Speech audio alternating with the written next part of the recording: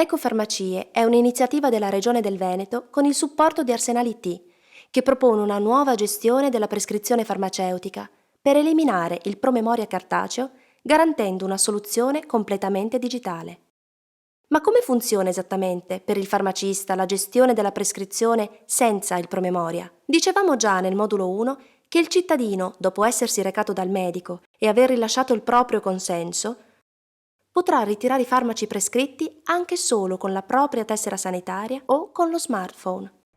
A questo punto il farmacista, inserendo il codice fiscale del cittadino nel proprio gestionale, potrà recuperare tutte le prescrizioni disponibili all'erogazione.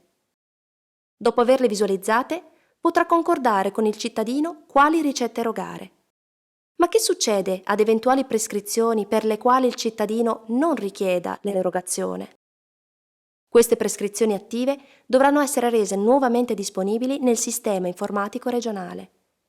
Arrivati a questo punto, il farmacista procede all'erogazione, che avviene secondo le consuete modalità, inviando i dati al sistema informatico regionale.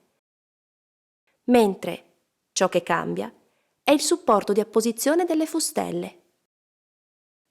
Queste infatti non saranno più attaccate sul promemoria cartaceo, bensì sul registro ordinario, che diventa quindi lo strumento ufficiale di conservazione delle fustelle. Ogni foglio del registro deve essere stampato dalla farmacia e compilato con la data di erogazione delle fustelle, il codice regionale della farmacia composto dal codice azienda e dal progressivo numerico della farmacia, riempiendo con gli zeri gli spazi a sinistra, con il numero progressivo del foglio riferito al mese di contabilizzazione, con il timbro della farmacia. Il registro ordinario ha un utilizzo giornaliero e le fustelle contenute in ogni foglio devono essere erogate nel giorno indicato nella testata. Questo vale anche per le fustelle relative a farmaci di ricette erogate parzialmente o l'erogazione per assistiti di altre regioni. Non è necessario che tutti i fogli del registro siano completamente riempiti. Ma come si applicano correttamente le fustelle sui fogli del registro? Innanzitutto le fustelle devono essere poste nei 36 spazi premarcati, senza sovrapposizione, non capovolte,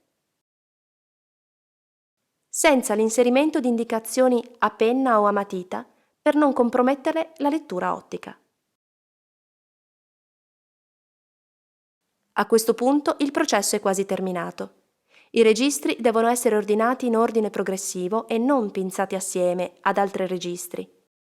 Vanno raggruppati in un'unica mazzetta per essere consegnati nel mese di contabilizzazione all'azienda sanitaria di riferimento, assieme alla distinta contabile riepilogativa. Vuoi saperne di più? Abbiamo preparato per te altri moduli formativi.